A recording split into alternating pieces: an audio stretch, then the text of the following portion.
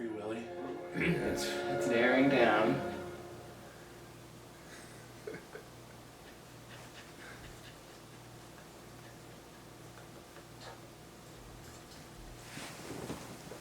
Hi. Okay. Hi. Hi. Oh no. I'm X-Ray Cat. I've got superpowers. I can Oh, see through no. wooden doors with my X-ray vision. Wood. Looks like you. Levi, do you realize what's happening right now?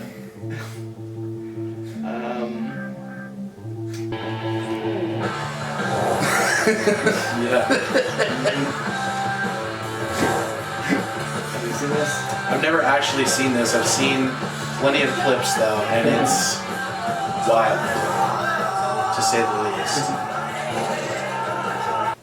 What are you doing to that horse? This is a stunt farm, boy. I want to try the horse. Hey, no, I want to try the horsey. I don't want to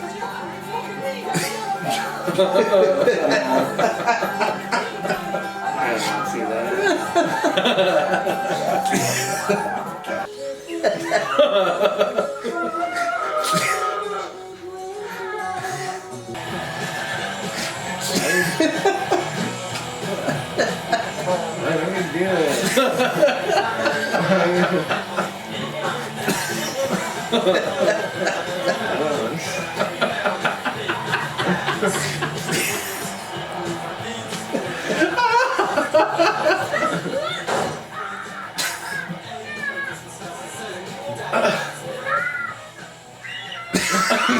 Why don't you do Oh my god.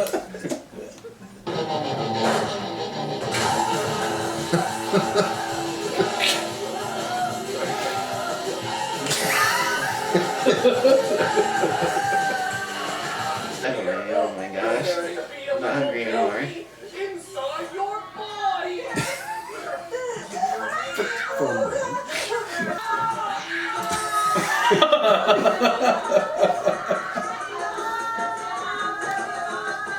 Wake up your baby, guys.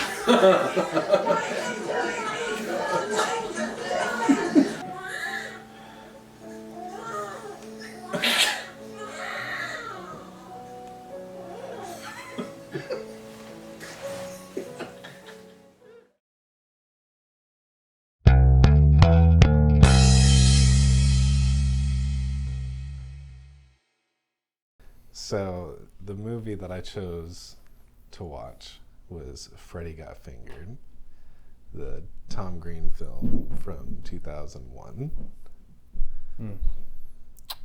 Yeah, interesting. And I was excited to watch it with these guys because I love a good troll movie.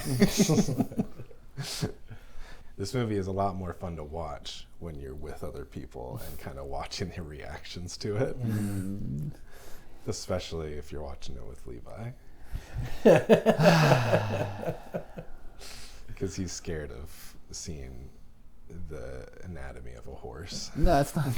It's not. It's scared of it. It's just okay. Can I tell a story, or are we getting into this? We can start with the story. Okay, so for some reason, Keegan loves. I don't know why he does this, but so like on Instagram, we always send memes back and forth all the time, and then there's this period of when he would just send videos of animals having sex with each other, or like erect penises and stuff like that, and he would just send them to me amidst the memes. So I like look at my phone and I wasn't sure what it was. So it got to a point where I could not open up my Instagram at work because I wasn't sure what was going to happen. And Keegan like works from home, so he can do whatever he wants. And I'm sitting in the office and I'm like, oh god. And I do not like that. It's not my favorite. But so I can see how this film is being chosen by Keegan right now. It's kind of a reminiscent of those times. One of my favorite pastimes. Yeah. But this film it's not necessarily about that. It has some of that in it.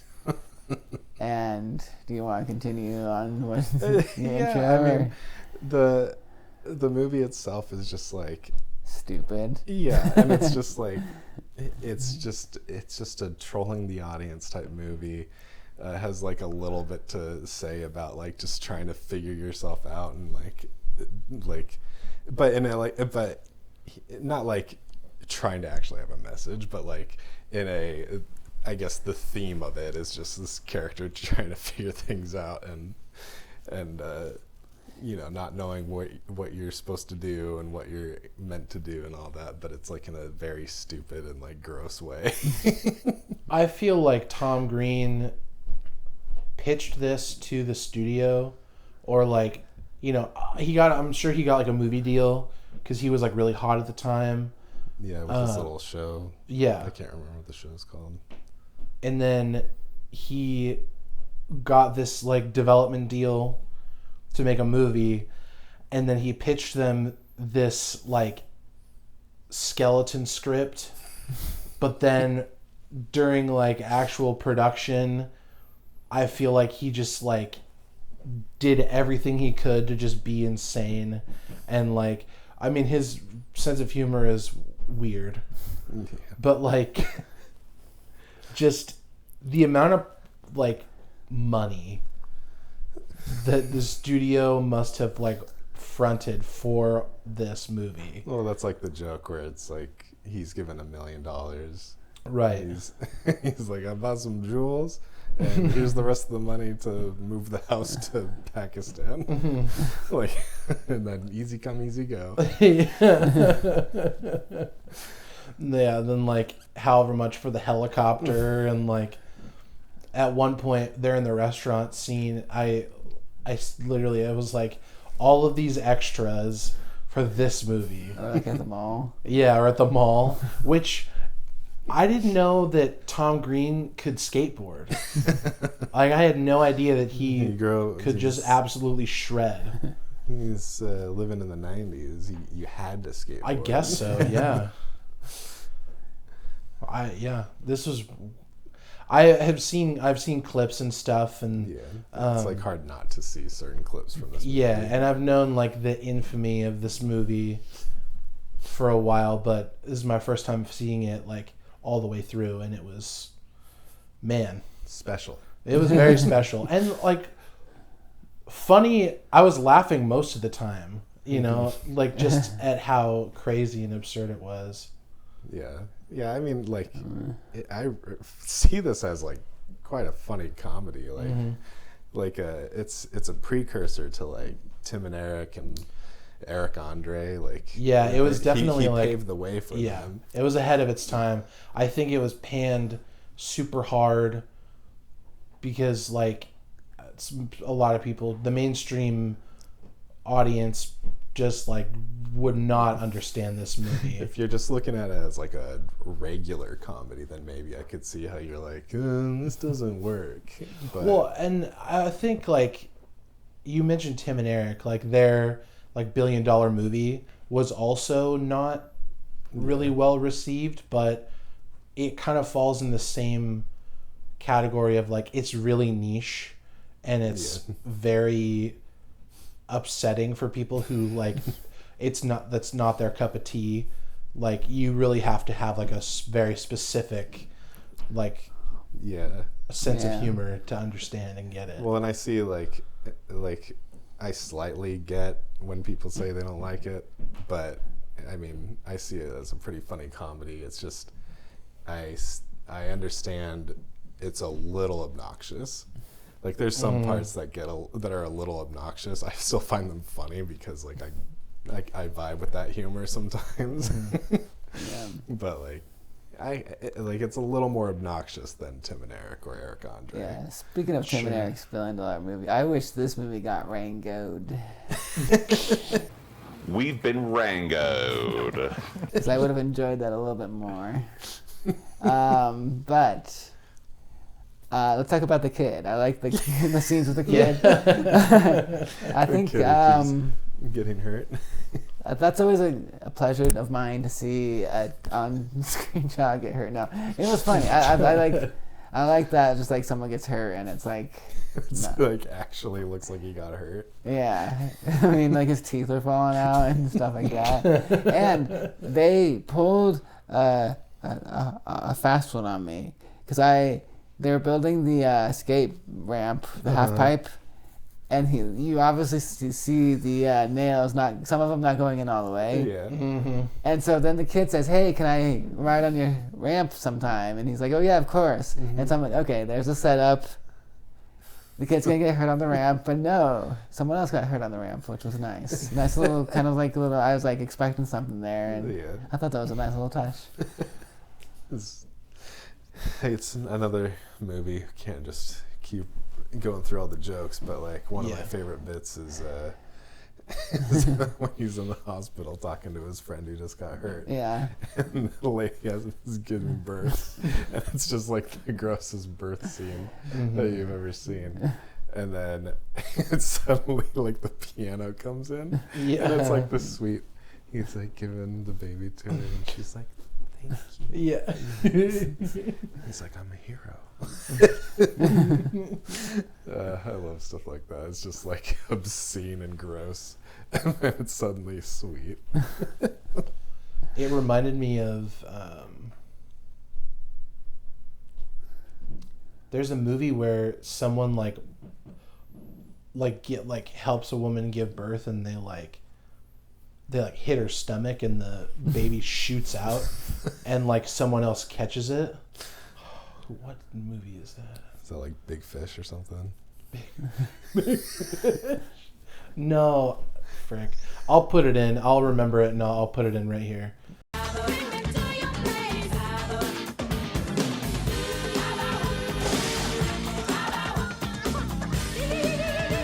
Going back to like similar comedies, movies like from like the guys who did like Top Secret or like Naked Gun or Airplane, which the Abrams and yeah, Zucker brothers. yeah.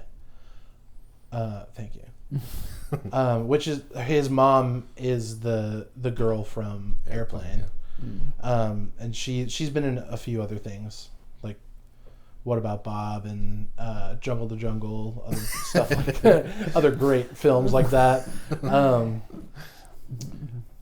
So there's like sort of this like, I guess there you could say that's sort of a nod to their influence for him, sort of that like absurdist, like cartoonish live action comedies. And you can see some of that in this movie, but it's dialed up way past 11.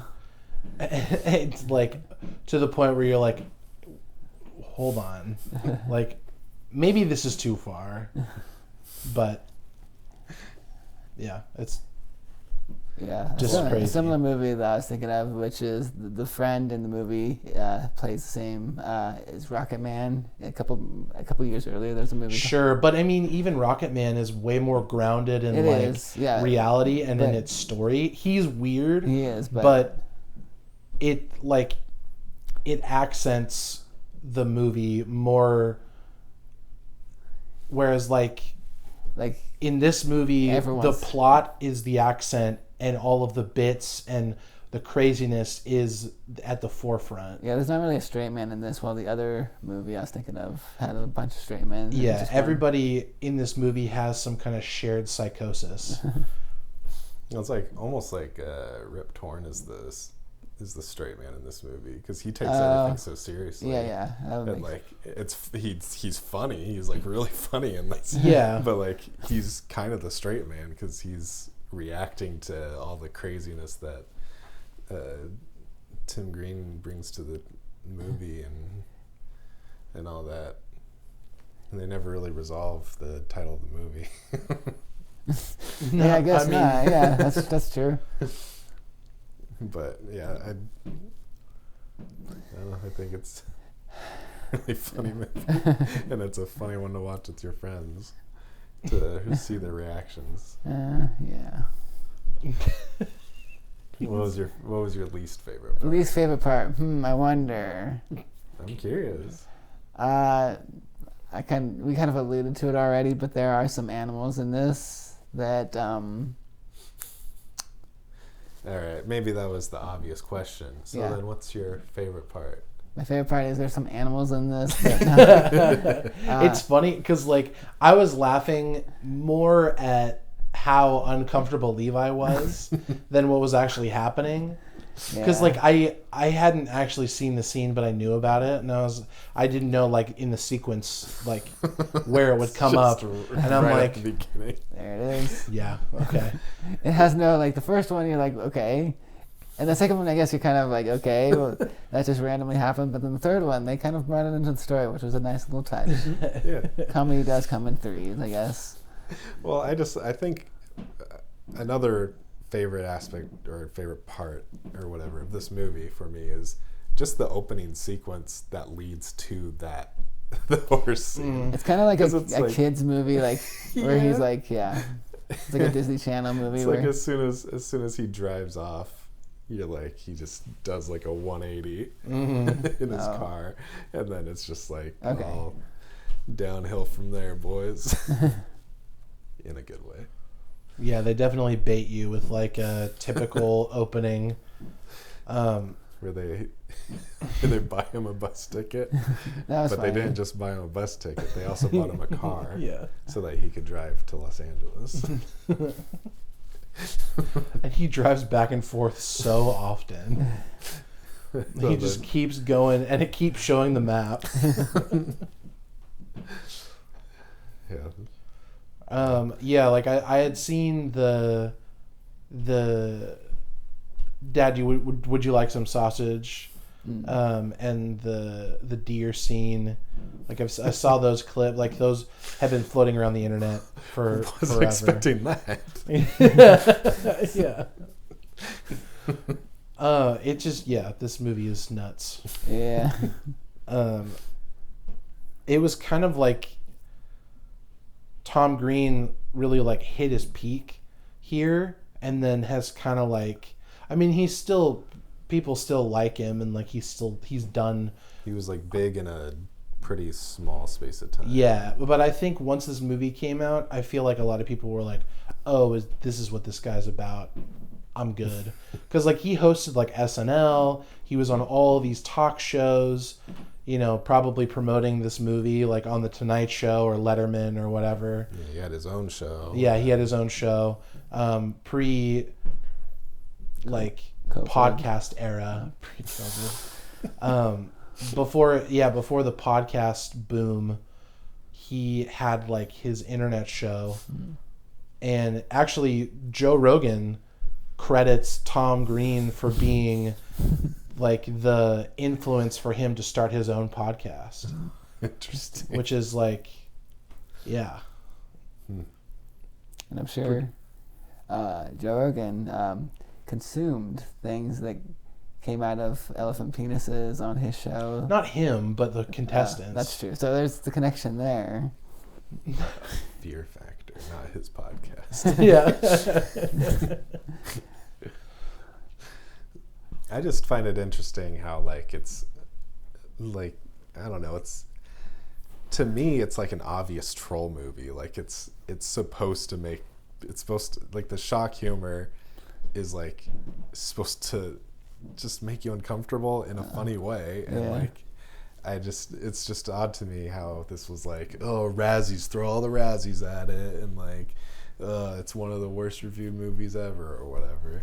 Well, but you got to think It's about just back then. yeah, I Now people, their sensibilities are a lot more like people can handle it This a lot was- more now. This was pre 9/11. The world wasn't. Okay.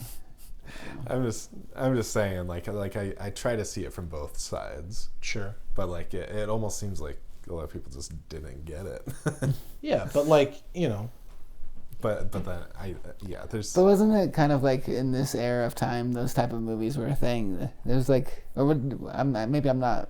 there were like gross Talking out about, like, movies. shock bait? Yeah, like maybe that was the start of it. I'd have to look into that. When did they I start? feel like that was around American Pie, and that was before this. Okay. So there was an audience for it, just maybe not the mainstream. but like teen comedies, I feel like fall under a different.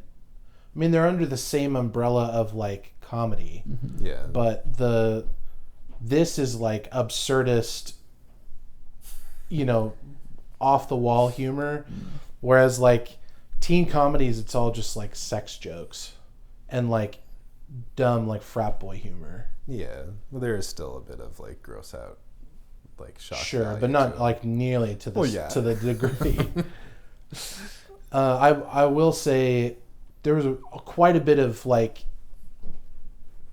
Hollywood, stardom in this. Like a lot of like pretty big names, especially for that time, were in this movie and a part of this project. And I wonder how much they knew about it before they signed on. And then like once their contracts were signed and they like read the script, it was already too late. They're like, well, I got to do this. You know what I mean? They kind of give it their all, though. They all seem like they're trying to be funny and like Sure. do all their stuff. Did you want to talk about that one scene where you're like, something's off with the... I guess. There are like several bits, especially in one scene where he's talking to Drew Barrymore's character, and the color correction is like super off, like it like wasn't done. It's like raw footage, and then it switches back to him, and it's like all color corrected and nice. And then when it switches back to her, it's like the lighting is all weird and like it's like very desaturated. Yeah. I feel like that stuff's on purpose. Sure. Well, and like the slow mo of him at the end, where he's like it's like the Choppy. frame rate, is like really low because it was probably like regular. Yeah. It wasn't like high frame rate slow motion footage. And then like the American flag like superimposed behind him it just really got me. Yeah. He's a hero. That's Freddy got fingered. We didn't even talk about Freddy, but he's not really a big factor in the movie. Yeah, it's one scene that they mention it, and then And like then he gets taken away to the Institute for Molested Kids, even though he's an adult. Because he grew out his beard and they were just yeah, that was my favorite part. But yeah, Chris, what'd you think of this movie? I liked it. I don't know when I'll ever watch it again, but I liked it. I enjoyed it, and I'm gonna give it a side thumb. There's definitely things that I don't want to see on a regular basis, but it kept me entertained the whole time. Yeah. I'm kind of with Chris. I would never watch this ever again. I saw Never. I didn't say that. Okay. I saw it. I understand why King picked it. But I'm gonna give it a rating, which I wish was more of what the animals were like. I'm gonna give it a flaccid thumbs down rating. All right. Even though I enjoyed being with, I enjoyed enjoyed being with my friends. I laughed a few times, but it's not my type of movie. I'm giving it a thumbs up, baby.